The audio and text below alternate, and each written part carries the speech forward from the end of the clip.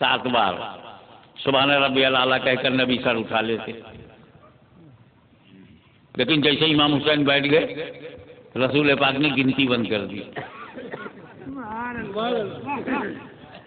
سبحان ربی الاعلیٰ سبحان ربی الاعلیٰ سبحان ربی الاعلیٰ سبحان، اب نہیں گن نہیں رہے۔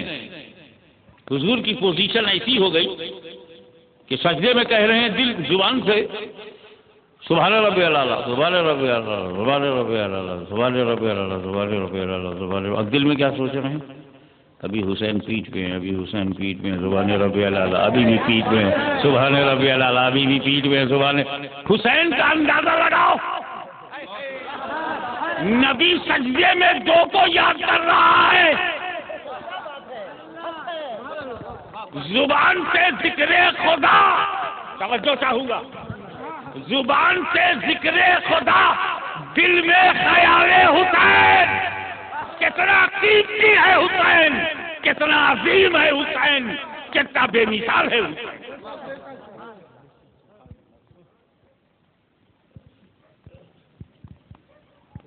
ایک بات بولوں،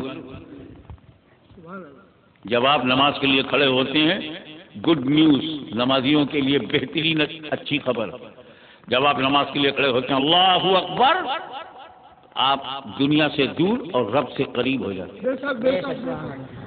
اور جیسے ہی آپ رکوع میں جاتے ہیں جھکتے ہیں، جذبہ فروتنی نظر آتا، آتم سمرپن دکھائی دیتا ہے، آپ اللہ سے بے حد قریب ہو جاتے ہیں۔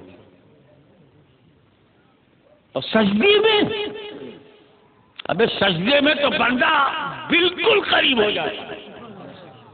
کچھ نمازی ایسے ہیں کہ جب وہ سجدے میں ہوتے ہیں تو سارے پردے اڑ جاتے ہیں، بندے اور خدا کے بیچ میں جو پردہ ہے، حجاب ہے، اڑ جاتا ہے۔ اور قرب خاص میں اپنی اور تمہاری نماز کی بات نہیں کرتا، میں ولی کی نماز کی بات کرتا ہوں۔ ولی سجدے میں خدا کے قریب ہوتا ہے،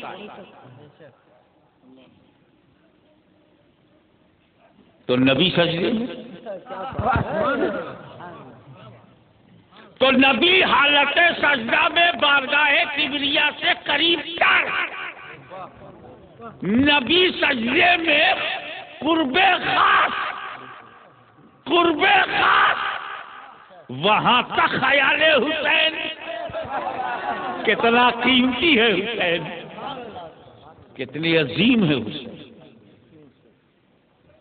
اب حضور کیا سوچ رہے ہیں؟ یہ اترے تو سر اٹھاؤں۔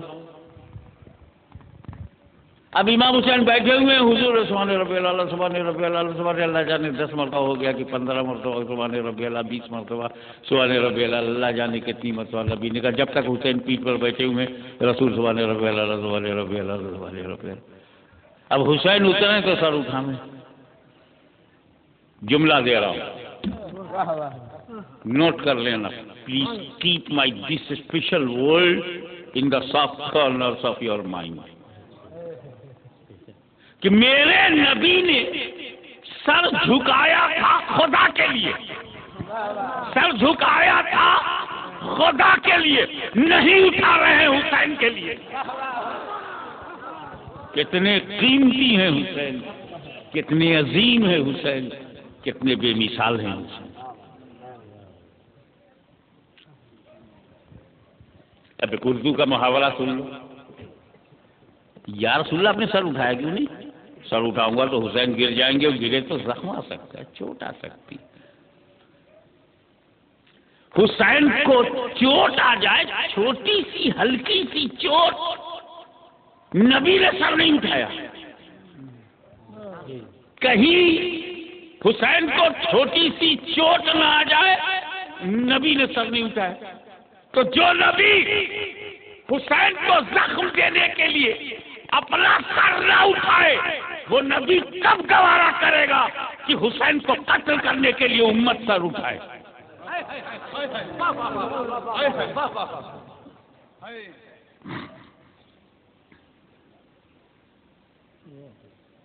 مگر ایک بات اچھی طرح سے جان جاؤ، امام حسین قیمتی ہیں، بے مثال ہیں، بے نظیر ہیں، مگر امتی ہیں۔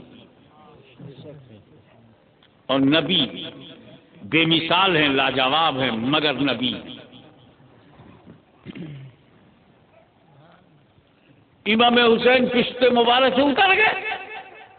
ہمیں بچے ایک جگہ جمتے کہاں؟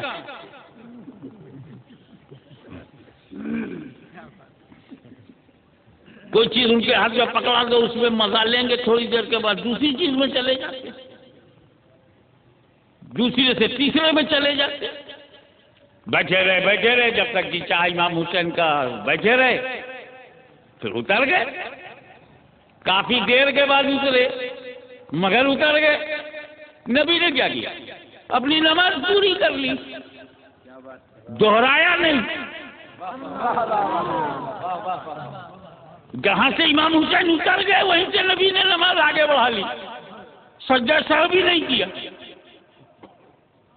یعنی نبی کی نماز خراب نہیں ہوئی، خراب ہوتی تو دوہراتے، واجب چھوٹتا تو سجدہ سہو کرتے، ذرا بھی خرابی نہیں ہوئی۔ رسول پاک نے اپنی نماز دوہرائی بھی نہیں، سجدہ سہو بھی نہیں کیا، نماز پوری کر لی، نماز خراب نہیں ہوئی۔ پیٹھ پہ حسین، نماز خراب نہیں ہوئی۔ خیال میں حسین، نماز خراب نہیں ہوئی۔ اتر گئے حسین، نماز خراب نہیں ہوئی، نبی نے نماز پوری کر لی۔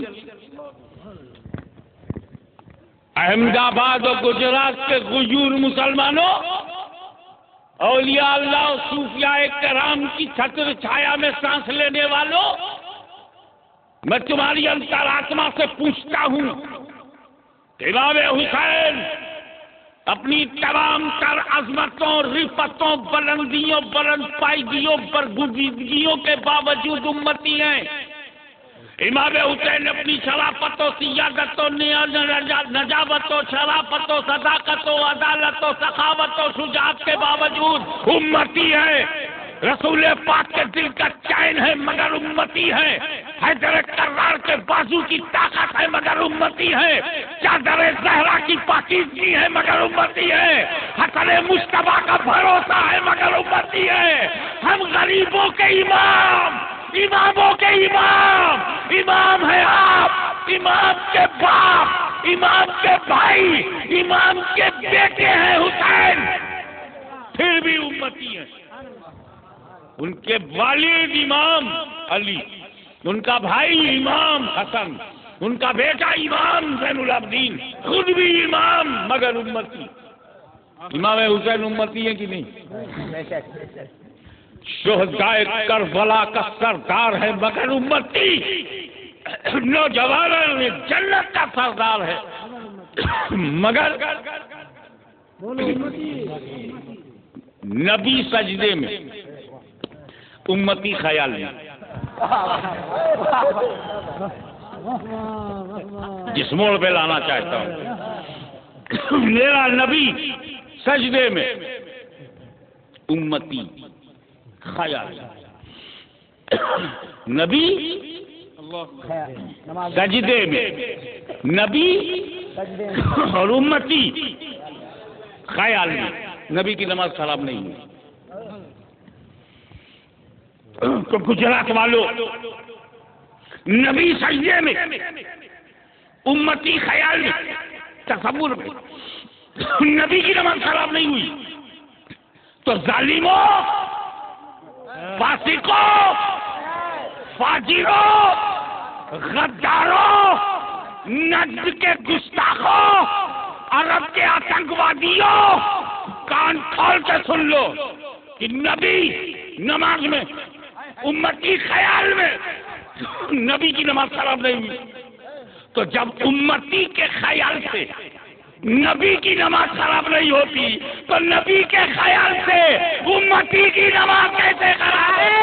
تکبیر، نعرہ رسالت، حضور غازی ملت، شہنشاہ خطابت، جشن دستار فضیلت، دارالعلوم سرکار کلام، خانواد اشرفیہ، نعرہ تکبیر۔ میں دوسروں کی نماز کی حالت نہیں بتا سکتا، اپنی حالت بتا سکتا۔ کہ جب کبھی میں نماز کے لیے کھڑا ہوتا ہوں، آج ہی مغرب کی نماز باجماعت پڑھنے کا موقع ملا، تو میں نے نماز میں جیسے اللہ اکبر کہا تو مجھے شیخ الاسلام نظر آیا، وہی امامت کر رہے تھے۔ آپ لوگوں کو بھی امام ہی دکھتا ہوگا، اور اگر دوسری تیسری صف میں ہے تو امام تو نہیں دکھتا، صف دکھائی دیتی ہے۔ اور اگر کبھی پھنس گیا نماز پڑھنے پر، لوگوں نے مجبور کر دیا، تو مجھے محراب دکھائی دیتی ہے۔ اپنے بارے میں بتا، لیکن میرے نبی ایسی نماز نہیں پسند کرتے۔ ان کی پسند یہ ہے کہ نماز تم ایسے پڑھو گویا خدا کو دیکھا۔